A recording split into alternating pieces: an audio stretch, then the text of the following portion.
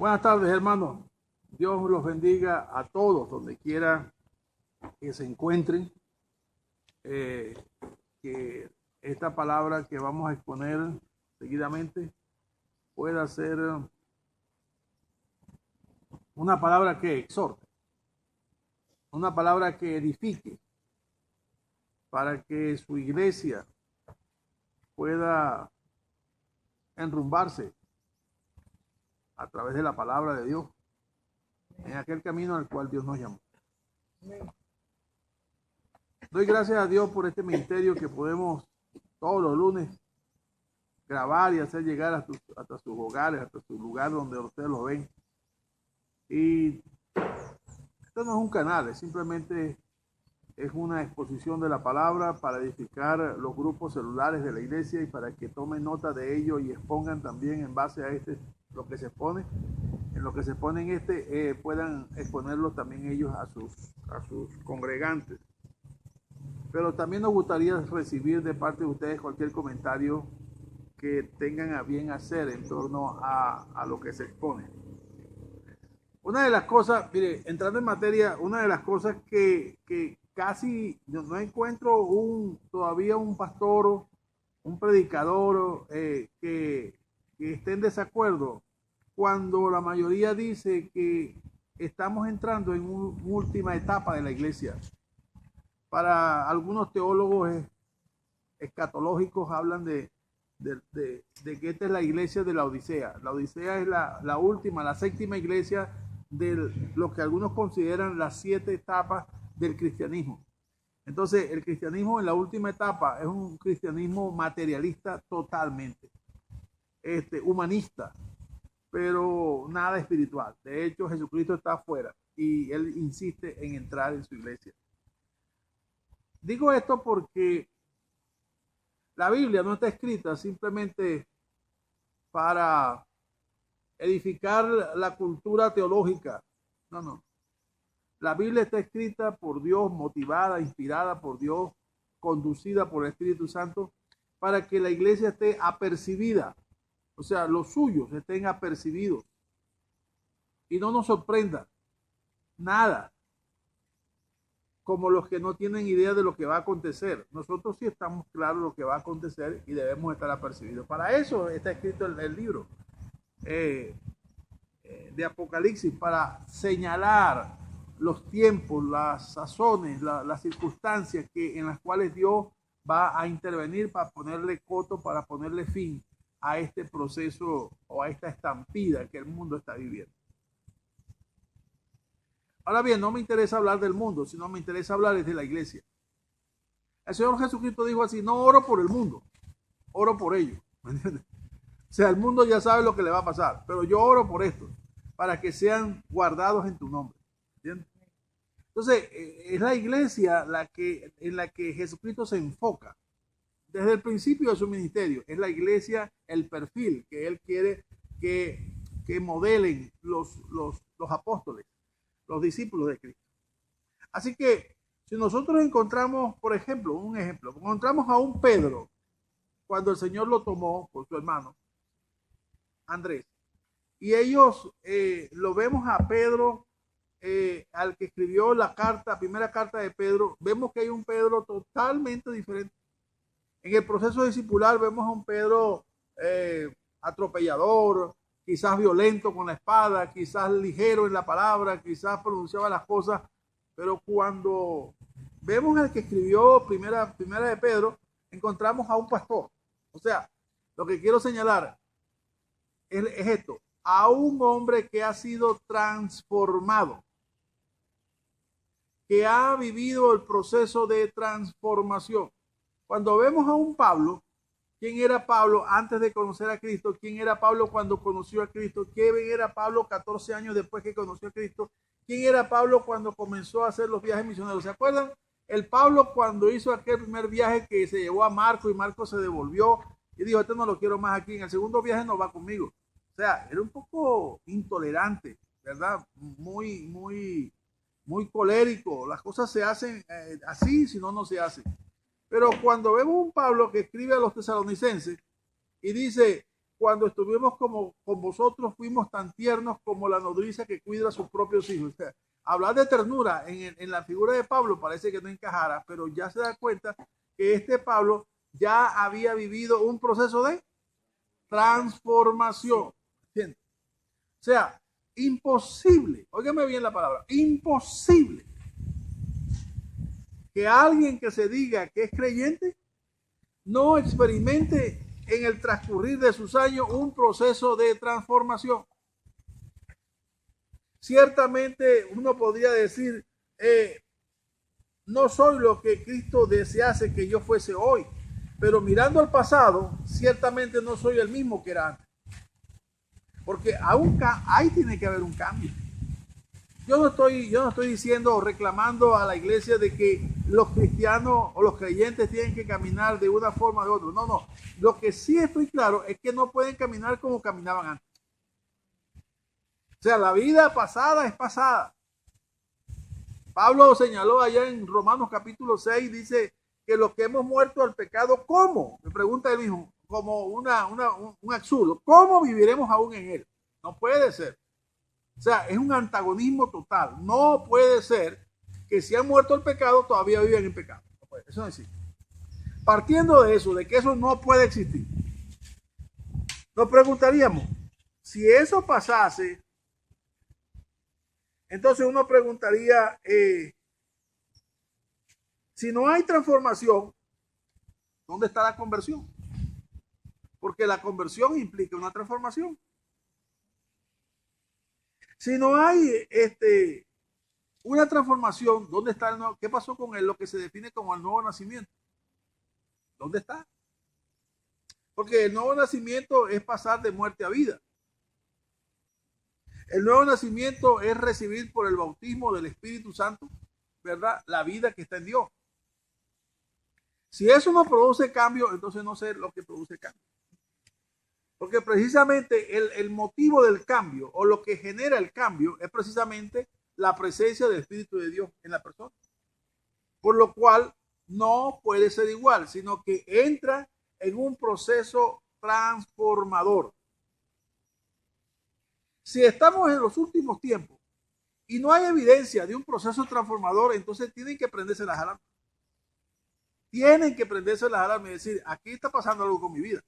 O sea, si es alguien que está viviendo un letargo espiritual, tiene que decir en algún momento, si el Espíritu de Dios está en él y esa persona está en esa letanía, tiene que decir, no, yo no puedo seguir así.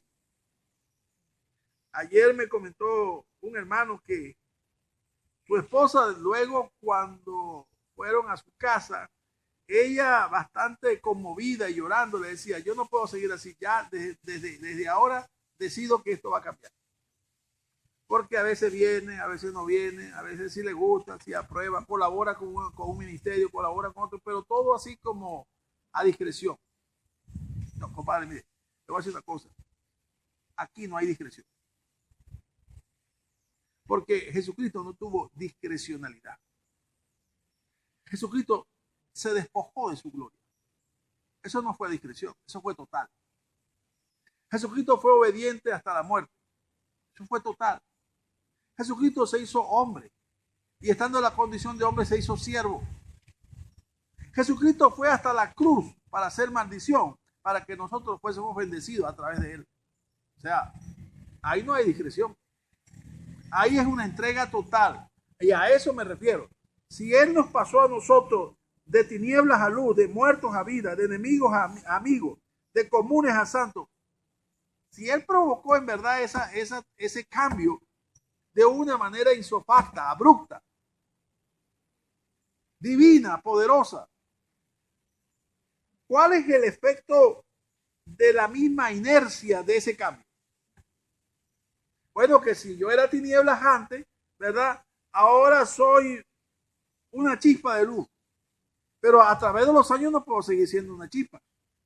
Ya paso a ser una vela y después un candil y después una tea y después una flama grande. O sea, tengo que ir creciendo.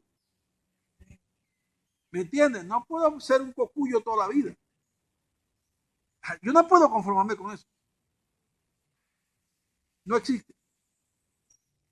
Porque cuando aprendes a degustar lo excelente, ¿hasta dónde quieres comer? Hasta saciar. Hasta saciar. Quieres comer y comer y comer hasta saciarte, hasta que ya tu cuerpo no diga más. Bueno, así tiene que ser para nosotros el deleitarnos en Dios. ¿No dice la palabra en el Salmo 1 que el hombre de Dios se deleita, que ya no anda en camino de pecadores ni en silla de escarnecedores, sino que en la palabra de Dios está su delicia y en ella se deleita de día y de noche? Amado, ¿cuál es el fin de este proceso transformador? Vamos a leer en Romanos capítulo 8, versos 28 y 29. Yo lo voy a leer. Y sabemos que a los que aman a Dios, todas las cosas les ayudan a bien. Esto es, a los que conforme a su propósito son llamados. Porque a los que antes conoció, también predestinó para que fuesen hechos conforme a la imagen de su Hijo, para que Él sea el primogénito entre muchos hermanos.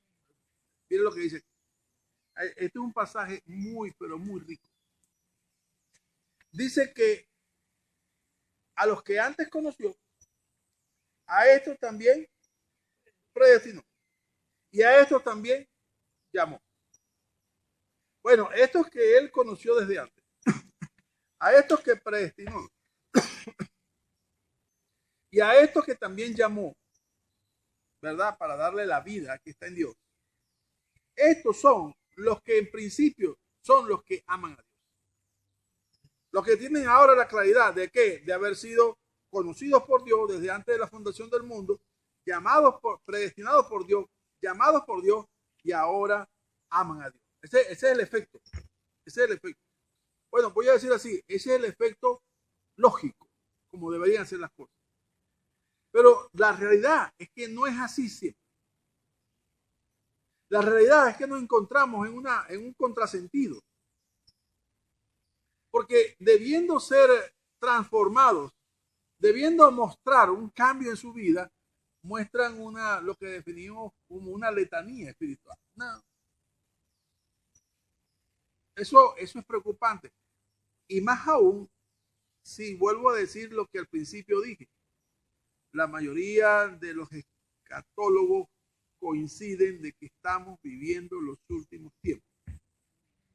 Quizás no lleguemos a la mitad de esta centuria. Quizás de aquí al 2030 sucedan cosas que la gente va a decir, ¿cómo perdí yo mi tiempo? Los que son de Dios, la palabra de Dios escucha. Como dice la palabra, el que tenga oídos para oír, que oiga. También dice la palabra, el Señor es claro. Hay cosas que son secretas de Dios. ¿Cuáles? A los que antes conoció. Solamente lo sabe Dios. Pero cuando dice, a estos también llamó, ya no solamente lo sabe Dios, sino aquel que fue llamado. Dios me llamó. Entonces ya son dos. Pero dice al final, dice que los que aman a Dios, ¿quiénes son los que aman? Bueno, en Juan capítulo 14, 21, Jesús dice claramente quiénes son los que, porque al final usted le dice en la congregación, ¿cuántos son los que me aman? Y la mayoría levanta la mano. Casi todos, por no decir todos. Levantan la mano. Pero vamos a decirlo ahora en función de lo que Cristo dijo. ¿Quién es el que me ama? Juan 14, 21. El que tiene mis mandamientos y los guarda, ese es el que me ama. Y el que me ama será amado por mi Padre, y yo le amaré y me manifestaré a él. Es solamente una condición y 3 promesas. Piense por un momento. Él está diciendo, de boca puede decir muchas cosas. Así dice el Señor, este pueblo de labios me honra, pero su corazón está lejos de mí. De boca podemos decir muchas cosas.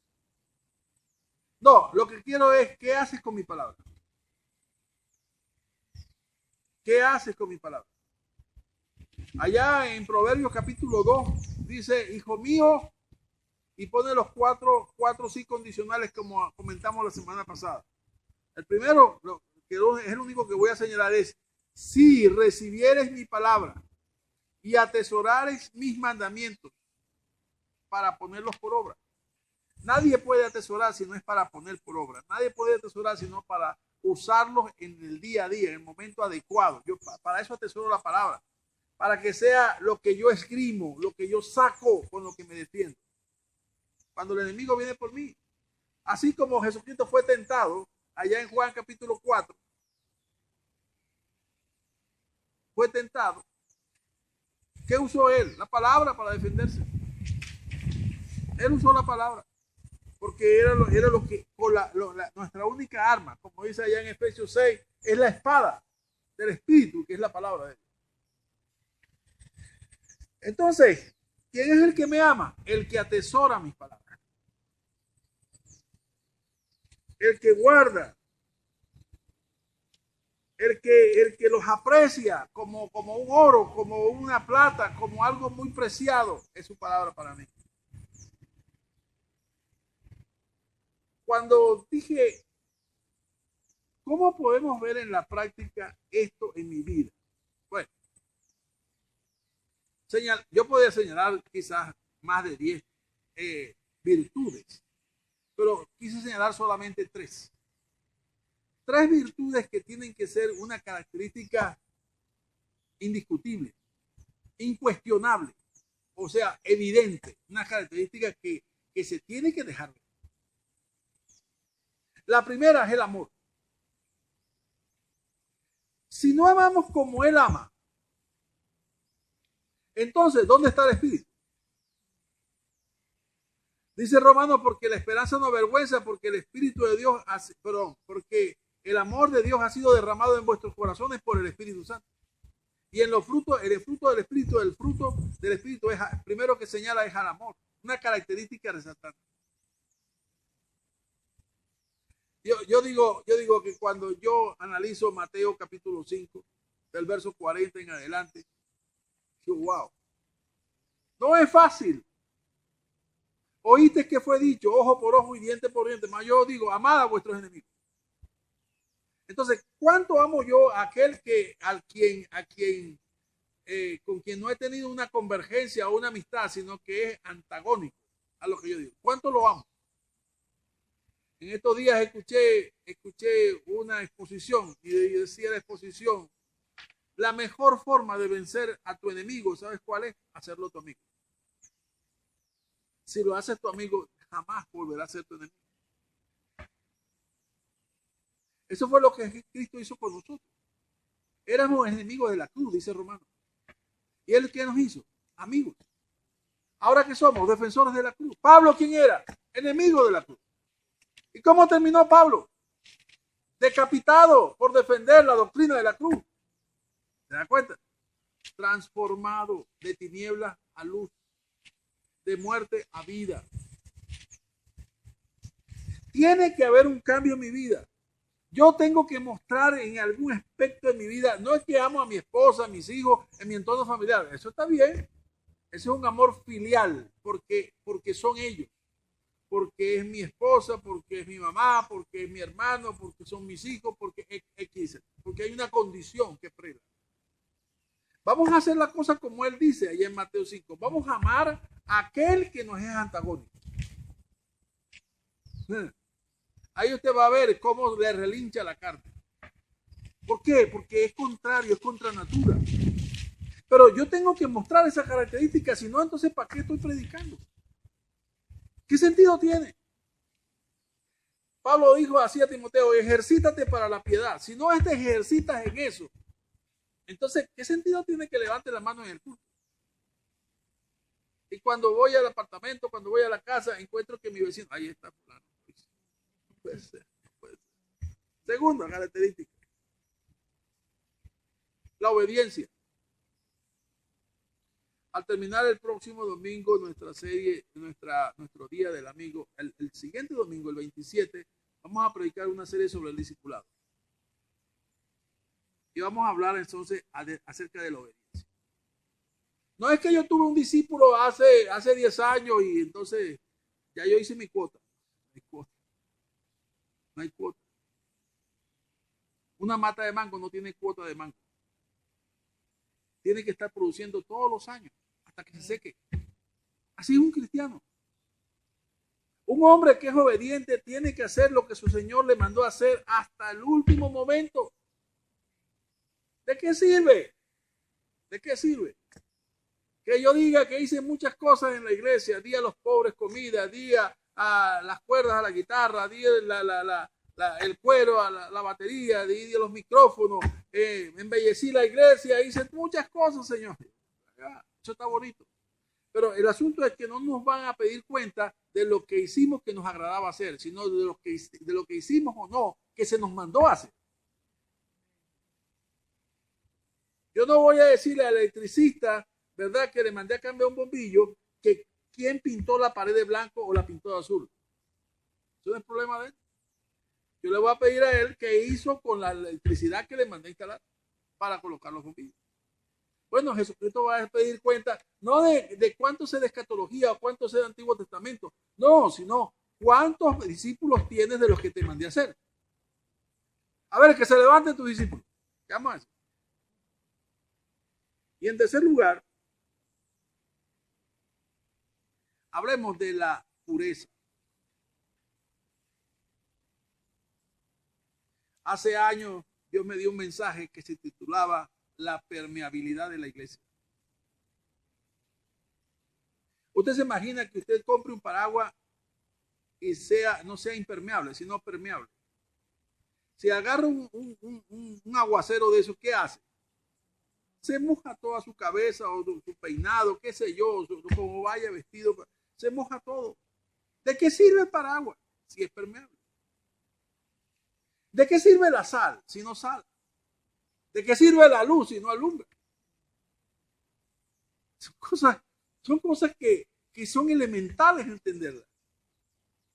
Por eso es que cuando nosotros éramos comunes, éramos igual a cualquiera. Pero cuando Él nos hizo santos y nos sacó de lo común para hacernos consagrados a Él, entonces tenemos que marcar una diferencia. Porque la impureza que había en el mundo ya no debe comulgar en nuestras vidas. Porque si no, ¿dónde está el cambio? Vuelvo, repito, ¿dónde está la transformación? Tiene que haber santidad.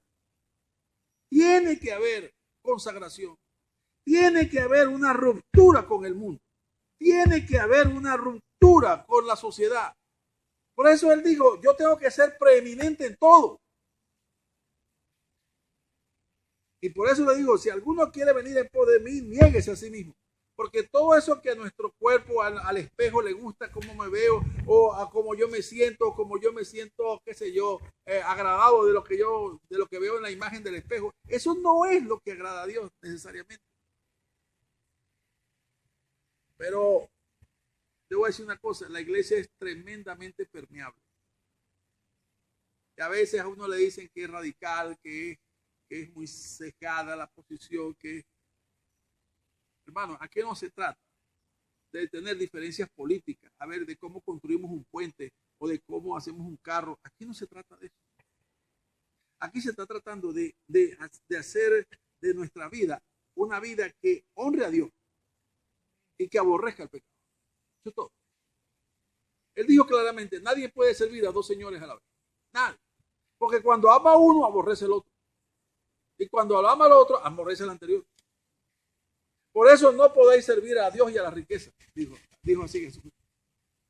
Entonces, 3 señales que deben ser, por decir 3 nada más. ¿Me entiende? El amor, la obediencia y la pureza. Tienen que ser parte de mi forma de ser, ¿me entiende? Así que yo no me puedo vestir como se viste el mundo, yo no puedo andar afeitándome la cabeza como se la afeita el mundo, yo no puedo ir pintándome las uñas de negro como se la afeita el mundo, no puedo, ¿por qué? Porque no soy del mundo. Simple y llanamente por eso. Así que yo no puedo andar con pantalones rotos porque no soy del mundo. Así anda la gente del mundo. ¿Quién puso esa moda? El mundo. Pero vaya a ver usted cuántos jóvenes de la iglesia andan con los pantalones rotos. ¿Cuántas jóvenes de la iglesia andan con una uña de un color y otro de otro color, otro de otro color? ¿De dónde viene eso? Del mundo. ¿Han sido qué? Permeados. Ahí no se agrada a Dios. Si no tomamos en cuenta eso ahora, que estamos a tiempo, ¿qué vamos a hacer? Eso es un peso a todos los pastores. Tiene que sentir eso, un peso por su iglesia. Y aunque le tiren piedra, tiene que decirse. Porque si no los amase, no le importa. Hagan lo que les dé la gana. Pero como los ama, tiene que decírselo. No está bien. Y aunque usted le diga con lágrimas, no está bien, ellos lo van a seguir haciendo. Pero quizás habrá uno que deje de hacerlo. Por eso valió la pena decirlo. Por eso valió la pena la discrecionalidad de otro, o las piedras de otro, o la indiferencia después de otro. Al final de este proceso transformador hay una meta. Y dice la palabra en Romanos capítulo 28 que la meta es para que seamos hechos conforme a la imagen del Hijo. Ahí hay tres características de la imagen del Hijo. El amor, un mandamiento nuevo doy, que os améis como yo os he amado. Ahí está, es la característica de él. 1, 2, la obediencia. Dice él que siendo hijo aprendió obediencia y vino a ser autor de eterna salvación a todos los que le obedecen. Y estando en la condición de siervo se hizo obediente hasta la muerte y muerte de cruz. Obediencia. Pureza. Dice aquel que fue sin pecado por nosotros se hizo pecado. Fue tentado en todo, pero sin pecado. Pedro señala ya que hay que añadir a la virtud, amor, afecto, fuerza, porque si estas cosas prevalecen en vosotros, no dejarán estar ociosos y sin fruto. Entonces, cúmplase en mi vida el propósito de Dios. No que soy el idéntico a Cristo, el morocho de Cristo. No, no, no. Pero tampoco que soy el antagónico. No, tampoco. Porque si él es el primogénito entre muchos hermanos, no quiere decir que todos son idénticos el uno al otro. Pero hay rasgos característicos que son indiscutibles, que son hermanos. Así, hermano, permita que esta palabra de alguna manera le exhorte, le anime, le edifique y que el Señor añada bendición donde quiera que esté. Considere estas palabras y Dios le dé claridad en este día. Dios le bendiga.